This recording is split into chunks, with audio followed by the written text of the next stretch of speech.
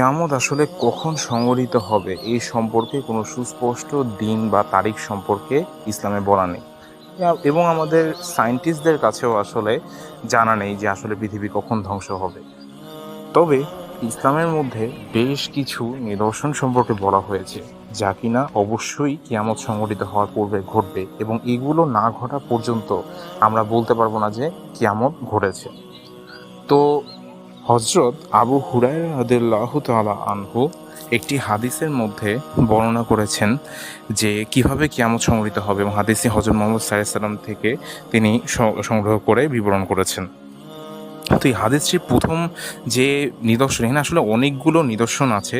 তার প্রথম নিদর্শনটির মধ্যে বলা হয়েছে যে দুটো খুবই বড় দলের মধ্যে একটি তুমুল যুদ্ধ লিপ্ত হবে, এবং আশ্চর্যজনক বিষয় হচ্ছে গিয়ে দুটি দল আসলে একটি কমন উদ্দেশ্য নিয়ে তারা উদ্দেশ্যের জন্য যুদ্ধ করবে।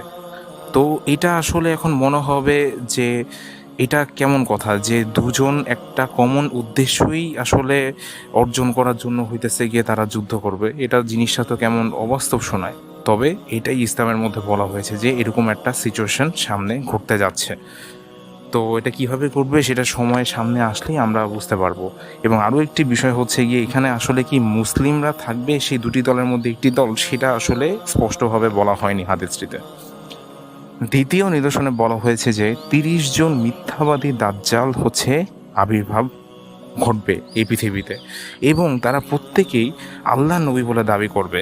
এখানে একটি বিষয় লক্ষ্য করবেন যে তারা আল্লাহর নবী বলে দাবি করবে নিজেদেরকে, তার মানে তারা অন্য কোনো ধর্মের নবী বলে নিজেদেরকে দাবি করবে না।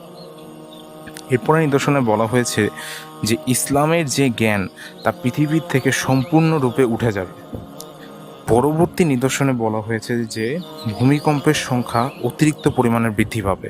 আপনারা এখনই খেয়াল করে দেখেছেন যে ভূমিকম্প দিন দিন বাড়ছে, যে ফ্রিকোয়েন্সিটা সেটা বাড়ছে, এবং সামনে এটা আরও বাড়তে থাকবে। এবং তার পরবর্তী নিদর্শনে বলা হয়েছে যে সময় অতি নিকটবর্তী হয়ে আসবে। এর মানে হচ্ছে যে পৃথিবীতে আমরা যে ২৪ ঘন্টা যে দিন, ৩০ দিনের মাস এবং ৩৬৫ দিনের যে বছর আমরা লক্ষ্য করি, আমরা প্রায় দেখব যে মনে হয় যে না, দিনটা খুবই দ্রুত যাচ্ছে, মাস খুবই দ্রুত পার হচ্ছে, বছর খুবই দ্রুত চলে যাচ্ছে। তো এটা থেকে এটা বোঝা যায় যে এই যে অনুভূতিটা যে দিন মাস বছর তাড়াতাড়ি যাচ্ছে, এবং এটা সামনে আরও প্রকটভাবে অনুভূত হবে, এবং এই তখনই এবং এটাই কিয়ামতের একটি আলামত। তার পরবর্তী নিদর্শনে বলা হয়েছে যে ফিতনার সৃষ্টি হবে। এখন ফিতনা শব্দটির অনেকগুলো অর্থ আছে, এবং ফিতনার এই হাদিসের কনটেক্সটে যেটা বোঝা হয় যে ফিতনা শব্দের অর্থ বিশৃঙ্খলা, এবং আরও অনেক শব্দের অর্থ আছে, বাট এখানে যেটা বোঝাচ্ছে যে বিশৃঙ্খলা পৃথিবীতে অনেক পরিমাণে বেড়ে যাবে। তারপরে বলা হচ্ছে যে খুন খারাপি প্রচণ্ড পরিমাণে বেড়ে যাবে।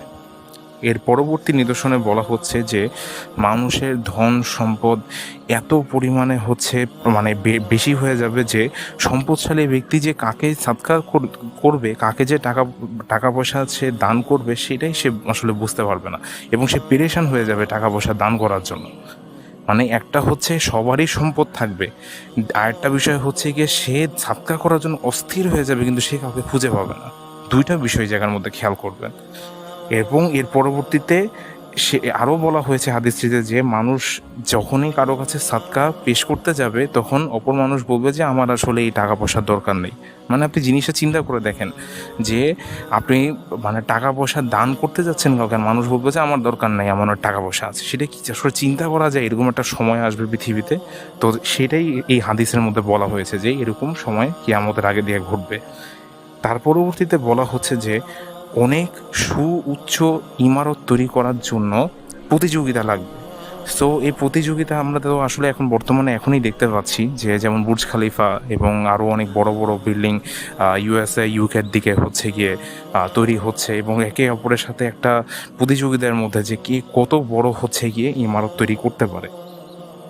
এরপরে আরও হাদিসে বলা হচ্ছে যে যে মানুষ এতটা ডিপ্রেসড হয়ে যাবে তার জীবন নিয়ে যে সে একটা কবরের পাশ দিয়ে যখন যাবে, সে চিন্তা করবে যে আমি যদি এই জায়গার মধ্যে থাকতে পারতাম। আপনি চিন্তা করে দেখেন একটা মানুষ কতটা হতাশাগ্রস্ত হলে সে এরকম চিন্তা ভাবনা করতে পারে যে সে যদি এই কবরের ভিতর যদি থাকতে পারতো তাহলে এই পৃথিবীর জ্বালা যন্ত্রণা তাকে আর সহ্য করতে হতো না। তারপরে এই হাদিসে আরও বলা হচ্ছে যে সূর্য পশ্চিম দিকে উদিত হবে কিয়ামতের সময়, এবং এখানে আরও বলা হয়েছে যে একবার সূর্য পশ্চিম দিকে উদিত হয়ে গেলে আর ঈমান এনে কোনো লাভ নেই। তো তার পরবর্তীতে বলা হচ্ছে এই হাদিসটির মধ্যে যে কিয়ামত এমন একটা সময় ঘটবে যখন দুজন ব্যক্তি ক্রয় বিক্রয়ের উদ্দেশ্যে জামা কাপড় সামনে খুলবে, কিন্তু সেই জামা কাপড়টা গুটানো পর্যন্ত সময় পাবে না। কথার কথা, আপনি নিউ মার্কেটে গেলেন, জামা কাপড় আপনি এখন এক ক্রেতার কাছ থেকে দেখতেছেন, আপনি অনেকগুলো ড্রেস গিয়ে খুলে ক্রেতাকে দিয়ে খুলে বের করালেন যে আপনি দেখবেন যে কীরকম লাগে। তো কিয়ামতটা এমন এক সময় ঘটবে যে সেই ক্রেতা সেই কাপড় চোপড়টা আসলে গুছানোর টাইম পাবে না, তার আগে দিয়ে কিয়ামত ঘটবে। এবং আরও বলা হয়েছে যে কিয়ামত এমন একটা সময় ঘটবে যে উষ্ট্রির দুধ এক ব্যক্তি দোহাবে এবং সেই দুধ সে পান করার পর্যন্ত সময় সে গিয়ে পাবে না। এবং আরও বলা হয়েছে যে কিয়ামত এমন এক পরিস্থিতি এবং পরিবেশের মধ্যে কায়েম হবে যখন ব্যক্তি খাদ্যের লোকমা মুখে শুধু জাস্ট নিতে যাবে, তো সেটা মুখে পর্যন্ত দিয়ে খেতে পারেন। যেমন আপনি খেতে বসলেন, আপনি জাস্ট খাবারটা মাত্র জাস্ট মাখায় আপনি চামচ দিয়ে বা হাত দিয়ে আপনি খাবেন, সেটা মুখে তুলে আপনি খাওয়ার আগে দিয়ে কিয়ামতটা ঘটবে এবং আপনি সেটা খেতেও পারবেন না। তো বোঝাই যাচ্ছে যে কিয়ামত কীরকম একটা সময় আকস্মিকভাবে ঘটবে এবং কি কি নিদর্শনের পর আসলে কিয়ামতটা ঘটবে। এখানে হাদিসের মধ্যে যে নিদর্শনগুলো বলা হয়েছে, এখানে কোনো সিকোয়েন্স মেনটেন করে হবে নাকি, একটা ঘটনার পর একটা ঘটনা ঘটবে এইভাবে কোনো কিছু বলা হয়নি। এখানে একসাথে অনেকগুলো নিদর্শন সম্পর্কে বলা হয়েছে যেগুলো কিয়ামত সংঘটিত হওয়ার আগে দিয়ে ঘটবে। এরকম আরও ভিডিও দেখার জন্য আমাদের চ্যানেলটিতে কাইন্ডলি সাবস্ক্রাইব করবেন। Thank you.